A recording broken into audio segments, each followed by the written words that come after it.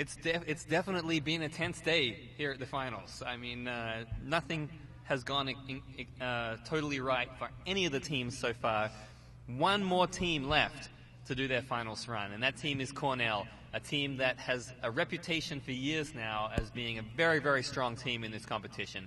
They've won several times, and we're very, very happy to have Marcus up here with us on the microphone to talk us through Cornell's run. Thank you. Glad to have you, Marcus. We unfortunately do not have the team video for Cornell to play because of, once again, technical codec issues. Have to say it again, if even putting stuff on the screen is hard, imagine how hard it is to build an autonomous robot to go through the toughest course that can come out of the mind of Dave Novick. So, very, very impressive to see what people are doing here. Marcus, we were just chatting a little bit, or you were chatting with Darryl while Esteban was talking. The sun's coming out now. How are the conditions for the Cornell team in this final run? A lot of our vision is very adaptive, so whether or not there's sun or clouds, it usually works pretty well for us as long as everything stays relatively constant. If it's really, really bright and then all of a sudden lots of clouds come in, that throws things off a little bit, so we'll have to see. I think this Zaz is just sort of indicative of what today has been like. We've had, every day this week we've had the cloud layer in the morning, it burns off, a bright sunny day, and then it clouds up again in the evening, and now it's sort of just the almost exact opposite. But it is what happens. Absolutely. And while they're getting the robot set up in the water, maybe we can switch over to the tablet view and take a look at the robot, because it's a super impressive piece of hardware. And in lieu of a team video, maybe you can sort of point us through what's going on the sub, Marcus, and what's changed from last year. Sure. So we've made a lot of mechanical changes this year, and one of the biggest changes is we have a fully CNC frame that's made out of 5 pieces, and that frame weighs about 15 pounds fewer than the frame on the previous vehicle. A lot of the other main mechanical components have also been CNC'd, and our vehicle is overall almost 20 pounds lighter than the previous vehicle has been. Yeah, you can see in this kind of area here the sort of very highly skeletonized structure of that lightweight frame. That must have been a challenge to get machined. Just sort of holding that workpiece must have been tough for your CNC guys. Yeah. Hey, let's explain the benefit of a lighter vehicle in terms of the competition. Sure. So, first of all, a lighter vehicle gives you less of a weight penalty. It also has the ability to move faster, and then as having a smaller vehicle, our vehicle is also several inches smaller, narrower, and shorter, and that allows us to have finer control. So that's very helpful for a lot of the manipulation tasks.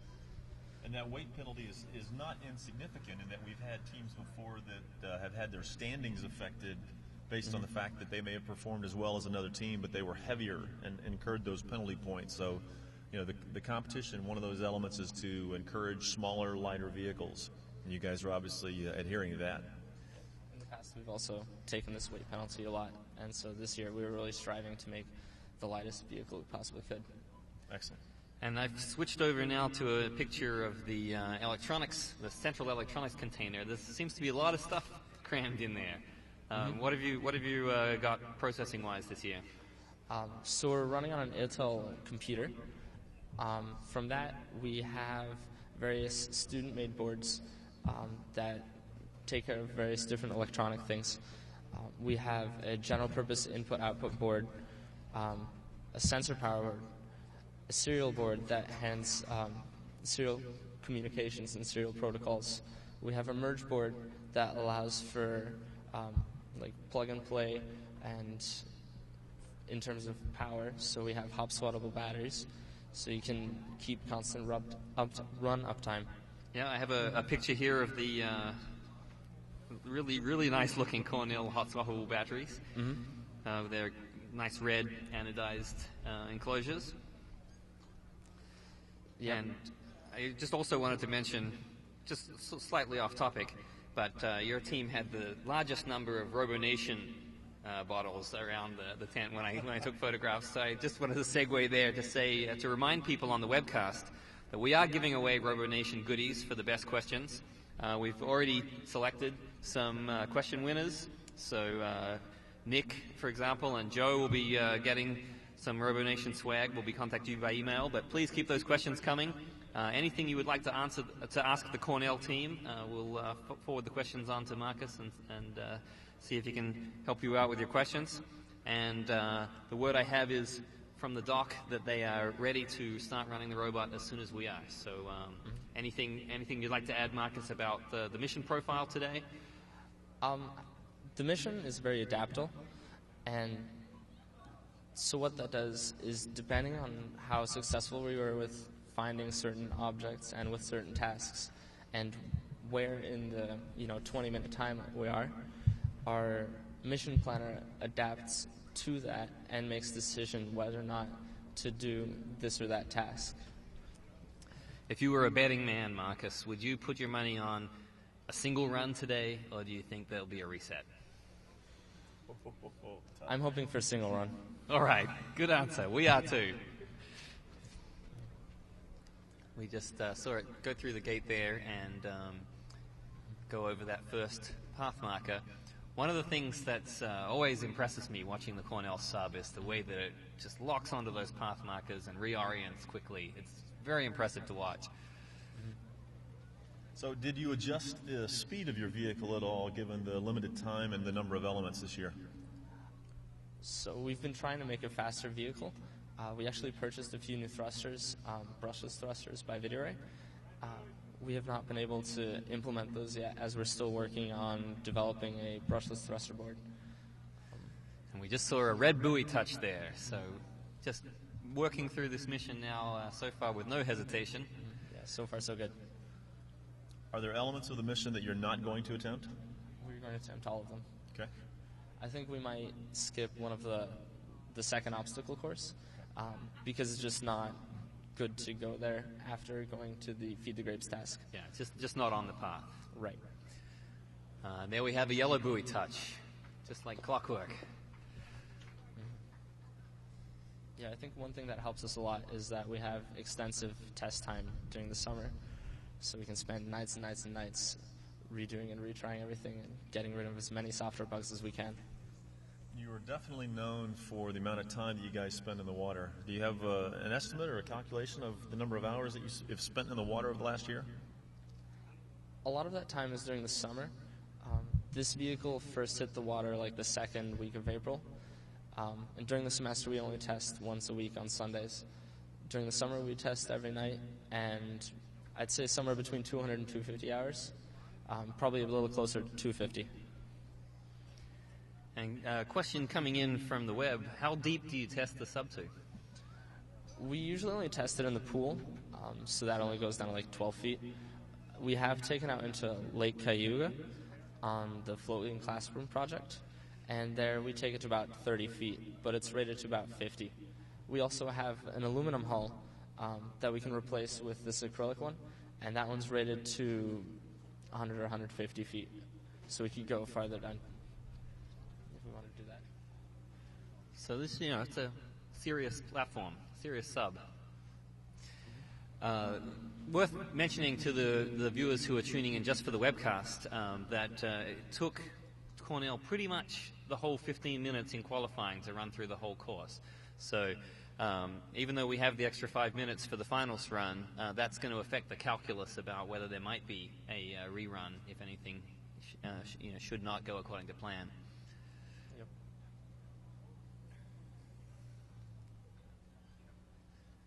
As of now, though, still enough time, even given a restart, to complete the whole course. Yeah, the run we finished this morning took about 18.5 minutes, but we spent about 5 minutes just reattempting the Grape tasks. Just keeps doing it until it times out and decides to go to the hydrophones. Did you shorten that time out for the finals, or is it the same programming? We extended the timeout a little bit for the finals because we have 20 minutes as opposed to the 15-minute time period during the qualifiers. So you're already to the bins. Yeah, it looks like we're loading on them now.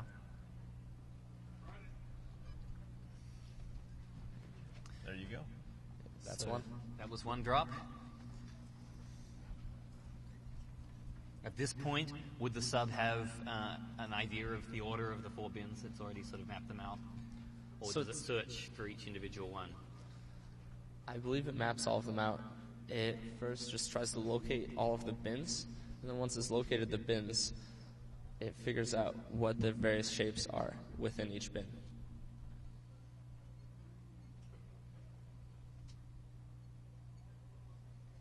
I couldn't tell if it did a second drop there, but it seems to be moving on. So presumably, it will have at least attempted to drop a marker. Yeah, I think so as well. Which means next up, stabbing Caesar.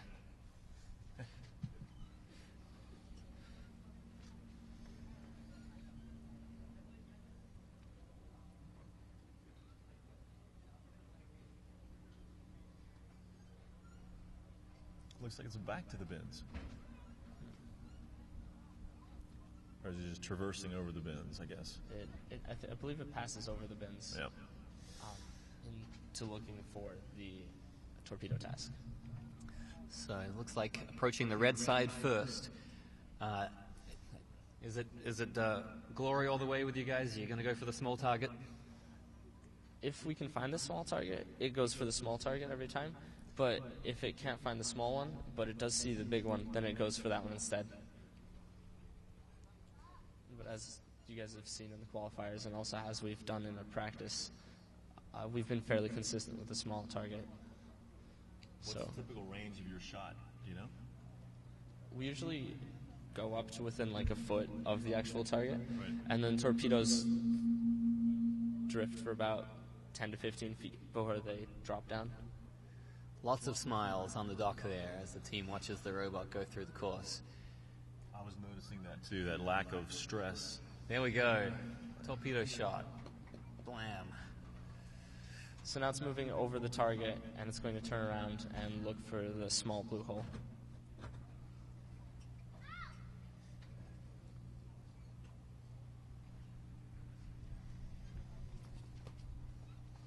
I think if you were really good, you'd shoot it and then swim through the other side and catch it on the other side. If you had a Save really fast... the divers the trouble, right? If only we were fast enough.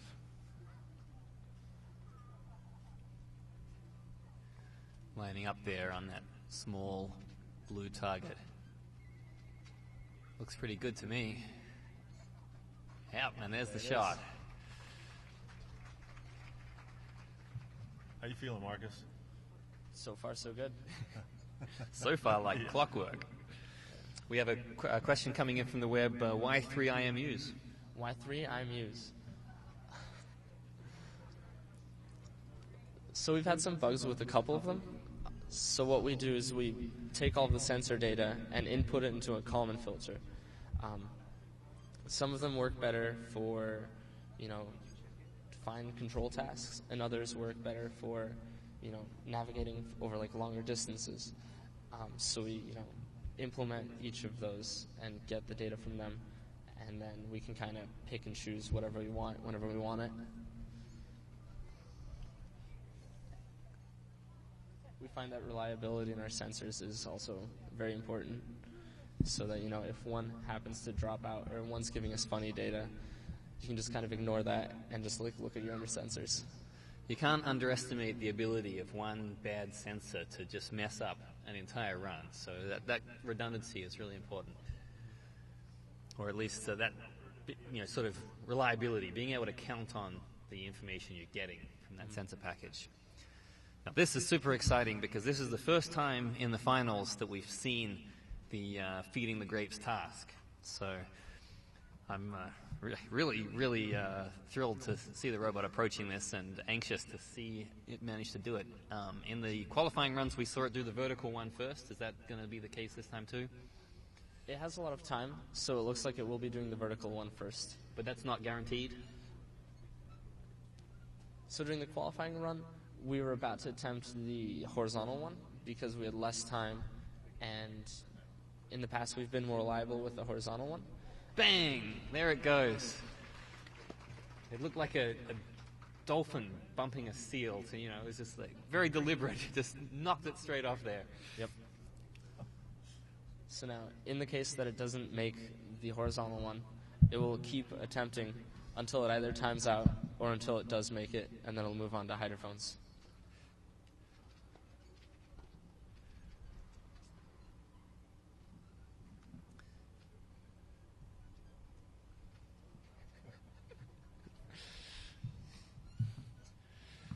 Coming in now for that horizontal one. Geometrically, a different challenge because it can be hung up on the edge of that yellow plate in a way that lifting the vertical one is not so likely.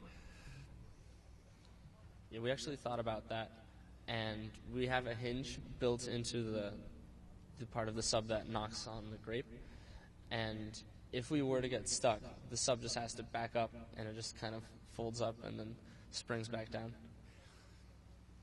The big question is, can it tell it's getting stuck?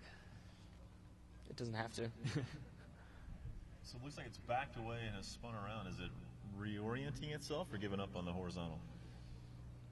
I guess we'll find out soon.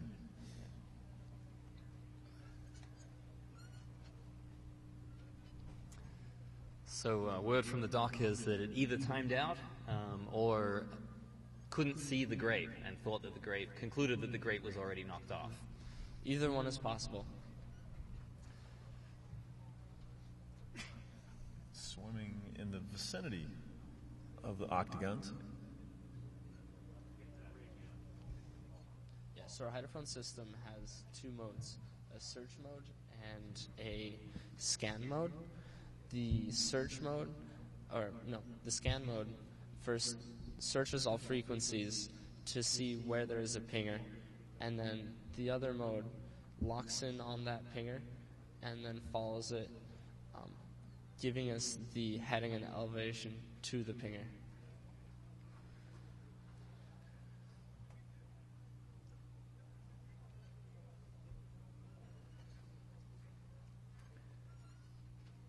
So it looks like it's found that pinger.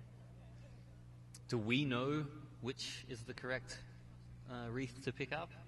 Dave does. I was wondering if anyone here on the podium does, because I'm not sure. I only know which one. Was hand signaling. Well, I would guess it's the one that the sub is above. I would guess the same thing. We would hope so. Well, in any event, this is the one it's picking up, and Dave has given me a hand signal to say this is the correct one. So, very great to see the sub on target. Descending now to grab that orange wreath. You saw some bubbles, so it looks like it has it. And by crikey, it's got it.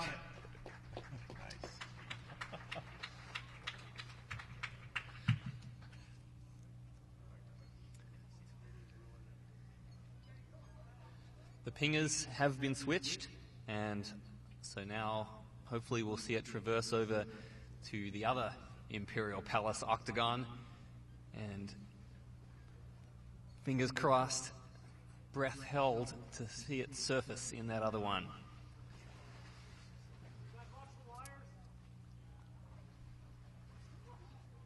The divers helping out there to keep those wires out of the way of the robot, because of course the robot can't see them.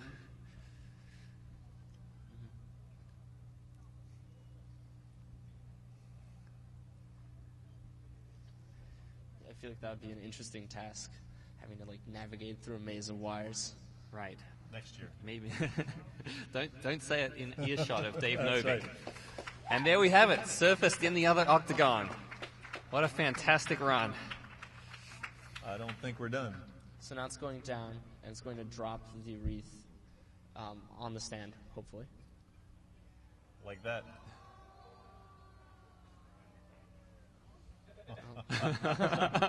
There we go. Drop the wreath on top of the other one. Crowning the And emperor. then back up. Right. With its little 360-degree victory spin. So, will you keep that run, Marcus? I think so, yeah. Are you sure? You've got almost 6 minutes. 6 minutes. A lot of time. Not enough time. Well, that was very impressive, I have to say.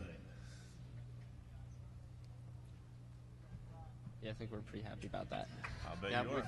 we've got very happy looks back on the dock, the Cornell team. We also have a whole cluster of Cornell people that ran over here to see it come up in the octagon. Just a brilliant, brilliant run.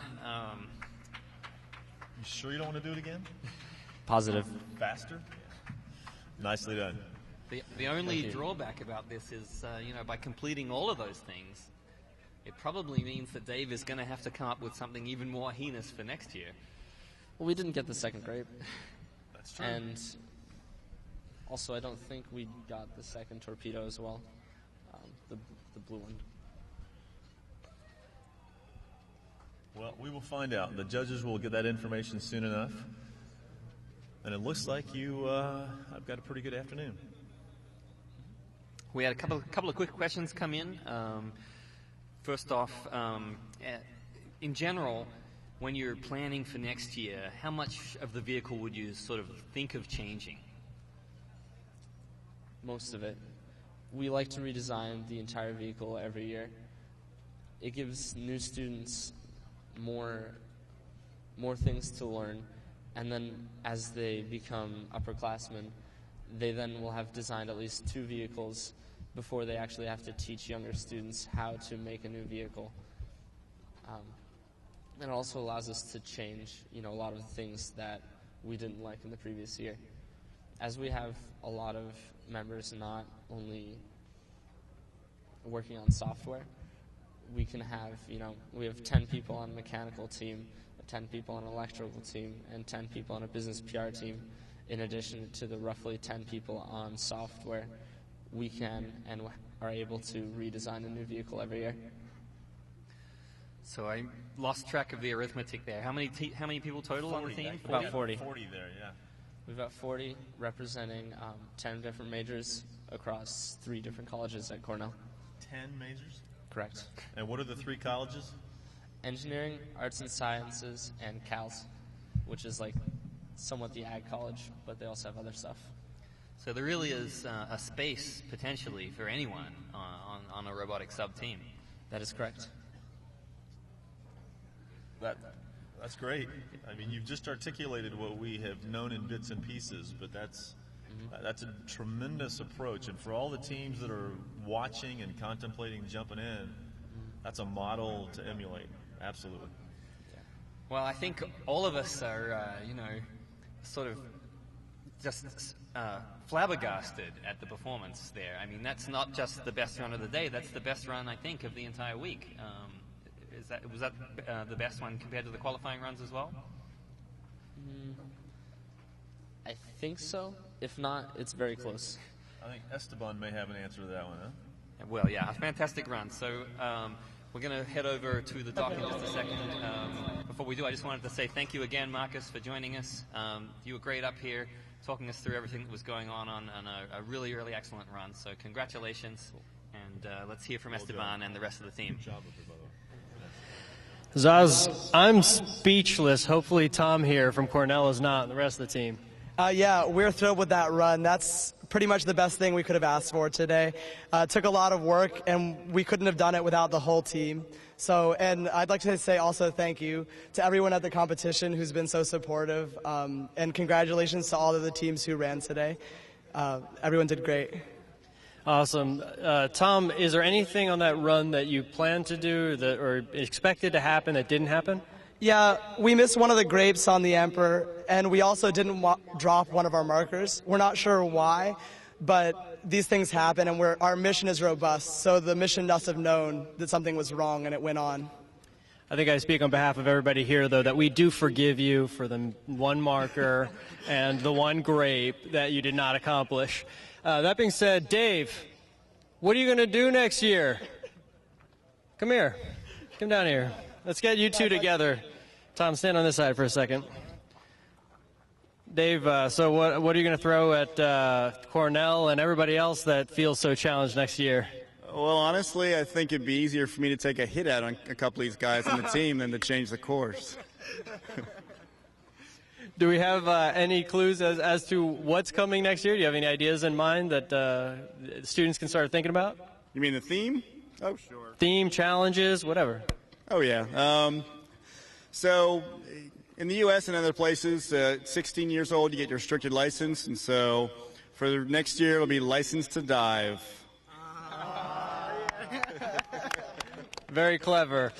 All right, well, congratulations to everybody at Cornell. We're looking forward to seeing you at the after party. The final scores, of course, we'll see later tonight on the website. I think they get tweeted out live from the award ceremony. The judges are all piling back there to start tallying the numbers, and we're looking forward to it. Congratulations again, guys. Anything you want to say?